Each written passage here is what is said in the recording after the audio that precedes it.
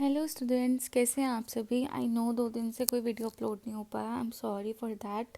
And आज से हम फिर से डेली वीडियोस डाला करेंगे एंड पढ़ना स्टार्ट करेंगे।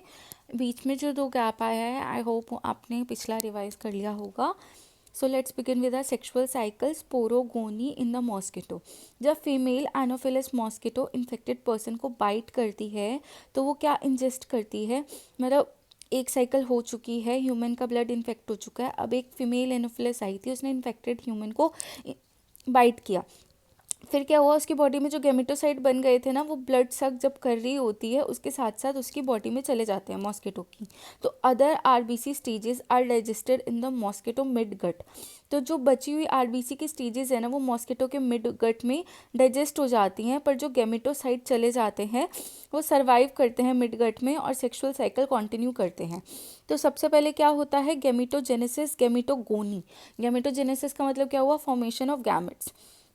अब जो छोटे वाले साइज के माइक्रोगैमेटोसाइट होते हैं, सबसे पहले हम पढ़ रहे हैं फॉर्मेशन ऑफ माइक्रोगैमेट, मतलब मेल गैमेट। जो माइक्रोगैमेटोसाइट होते हैं वो एक्सफ्लैजिलेशन में जाते हैं, मतलब फ्लैजिला लूज कर देते हैं।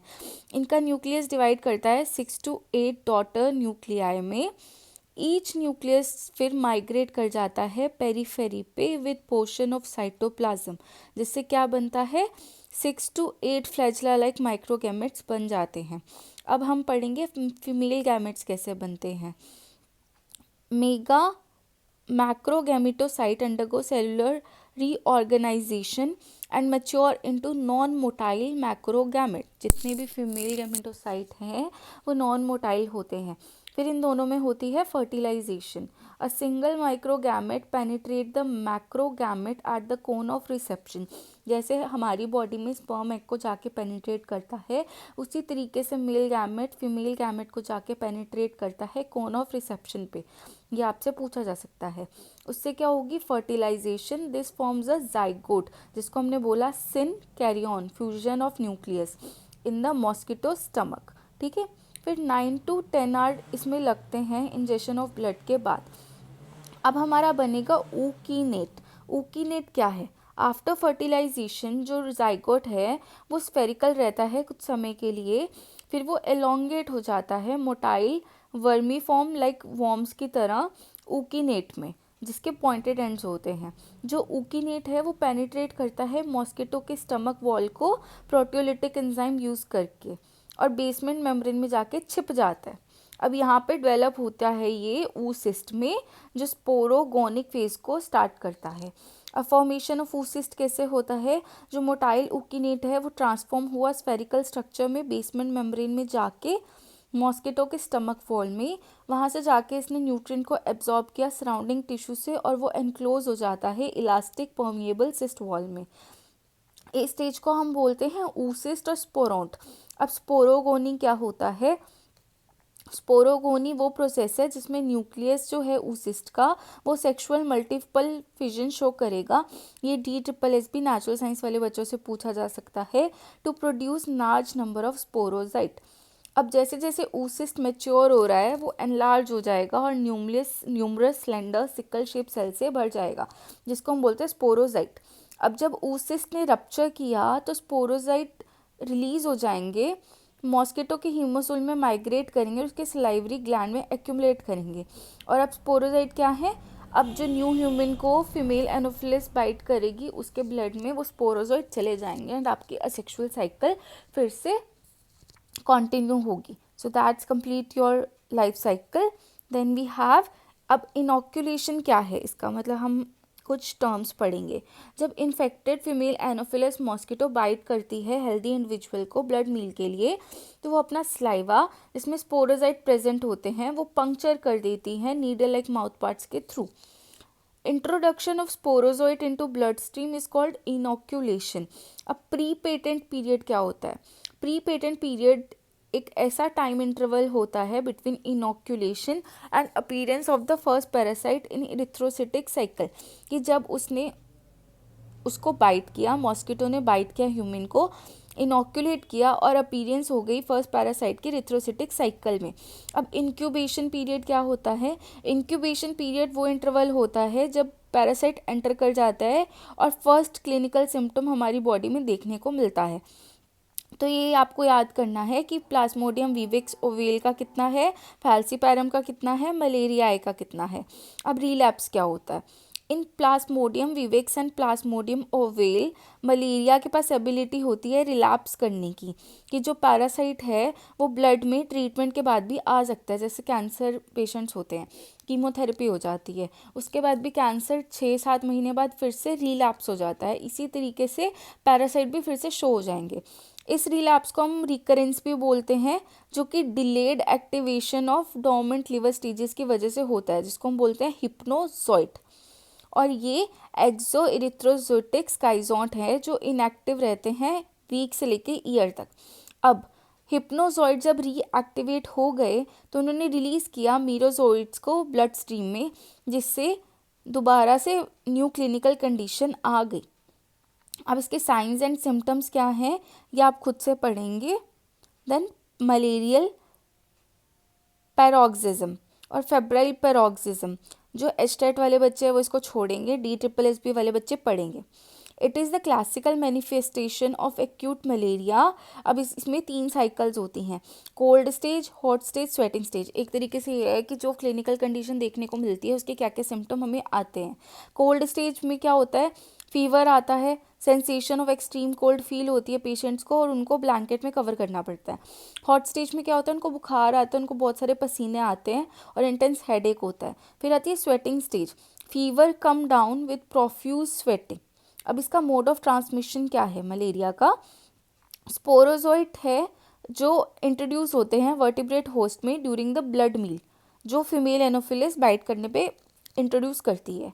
फिर ट्रांसमिशन वेज क्या है कि जो बाइट है ना फीमेल एनोफिलिस स्पीशीज़ की, जो मेनली अकर होती है सुबह से शाम में, वो इंट्रोड्यूस करती है पैरासाइट को ह्यूमन में, जिससे मलेरिया होता है। कंजेनिटल मलेरिया होता है जो इरिथ्रोसिटिक सेक्सुअल फॉर्म ऑफ पैरासाइट को फीटस प्लेसेंटा में, मतलब अगर आपका इरिथ्रोसिटिक सेक्सुअल फॉर्म जो है पैरासाइट की वो फीटस से प्लेसेंटा में ट्रांसफ़र हो जाए तो उसको हम बोलेंगे कंजेनिटल मलेरिया। अब ट्रांसफ्यूजन का मतलब क्या हुआ? जो एक इन्फेक्टेड इंसान है अगर उसका ब्लड इन्फ्यूजन किसी और में हो जाए ऑर्गन ट्रांसप्लांट के दौरान तो ट्रांसफ्यूजन मलेरिया हो सकता है। प्रोफाइलैक्सिस क्या है? अभी तक मलेरिया की कोई वैक्सीन नहीं आई है। जो मेथड यूज़ होते हैं मलेरिया में उसमें मेडिकेशंस है, मॉस्किटो का एलिमिनेशन है और प्रिवेंट करें हम अपने आप को मॉस्किटो बाइट से। यहाँ पे क्या हो सकता है? हम ट्रीटमेंट कर सकते हैं इन्फेक्टेड इंडिविजुअल का with appropriate anti malarial drug से।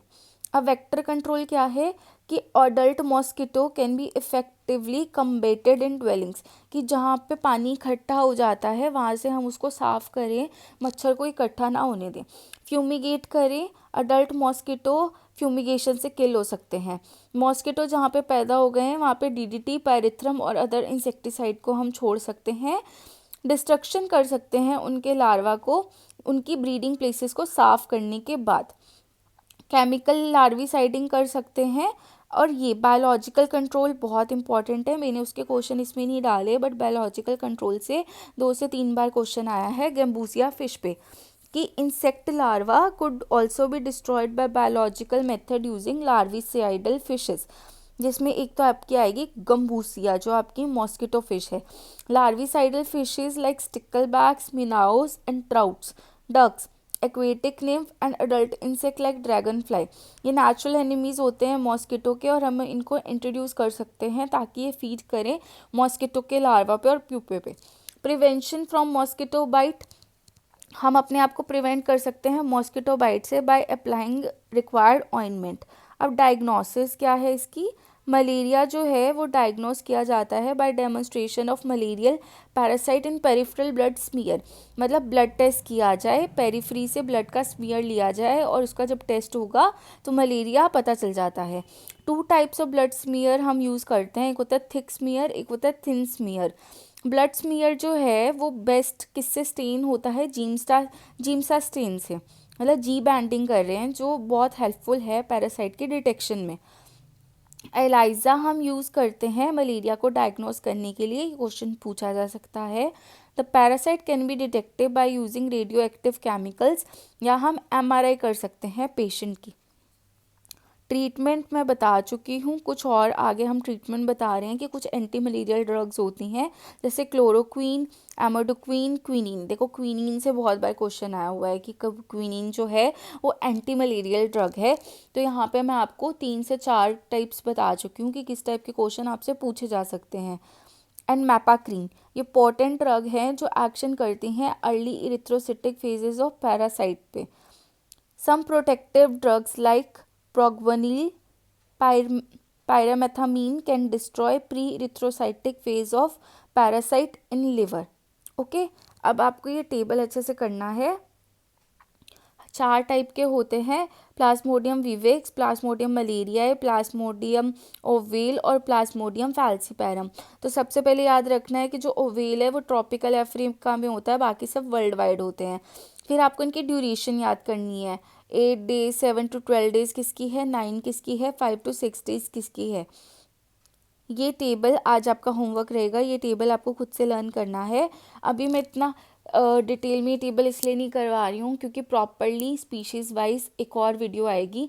अभी हमने ओवरव्यू ले लिया है लाइफ साइकिल और प्लाज्मोडियम वाइवेक्स का, क्योंकि आपके एचटेट के पेपर में स्पेसिफिकली स्पीशीज से 2 बार क्वेश्चन पूछा हुआ है। अब जैसे ये देखो, malignant malaria is caused by Plasmodium falciparum. No doubt ये आपका ना एक ही लाइन गिवन है human health and disease chapter 8+2 में, वहाँ से क्वेश्चन है, बट हमें डिटेल पढ़नी क्यों ज़रूरी है मैं वो भी बताऊँगी। Which of the following factor is not true for the low level of immune response in Plasmodium infection. देखो, different type of antigen are expressed at various stages of Plasmodium life cycle. और क्या है, most of the phases in the life cycle of Plasmodium are intracellular, ये बात तो बिल्कुल सही है। Sporozoites are rapidly cleared from blood circulation, yes. Plasmodium infection primarily destroyed माइक्रोफाजेज and dendritic cell. ये वाला क्वेश्चन हम कल जो वीडियो पढ़ेंगे उसमें और अच्छे से करेंगे। 100 and 120 क्वेश्चन आपका एचटेट का है। ब्लैक वाटर फीवर कौन कॉज करता है? नो डाउट इसका आंसर भी आपका प्लाज्मोडियम फैल्सीपैरम ही है, बट हमें डिटेल करना इसलिए ज़रूरी है क्योंकि इन्होंने देखो चारों वो दिए हैं और जिसको नहीं पता ना वो गलत ही आंसर टिक करेगा। सो that's all for today. HTET वाले बच्चों ये वाली वीडियो अच्छे से देख लेना, ये एचटेट का बहुत हॉट स्पॉट है एंड इस टॉपिक से क्वेश्चन आते ही आते हैं। 4 से 5 बार रिपीट हो चुके हैं एंड मैं आपको सारे टाइप के क्वेश्चंस बता चुकी हूँ कि यहाँ से कौन सा बना, यहाँ से कौन सा बना, क्योंकि क्विनीन जो है वो इकोनॉमिक बॉटनी का पार्ट हो जाता है। फिर आपसे गैम्बूसिया फिश है वो आपका इकोनॉमिक जोलॉजी का पार्ट हो जाता है। प्लाज्मोडियम की लाइफ साइकिल जो है ये आपका पैरासिटोलॉजी का पार्ट हो जाता है। So that's why this topic is important for each and every individual who are preparing for any PGT biology related exam. So that's all for today.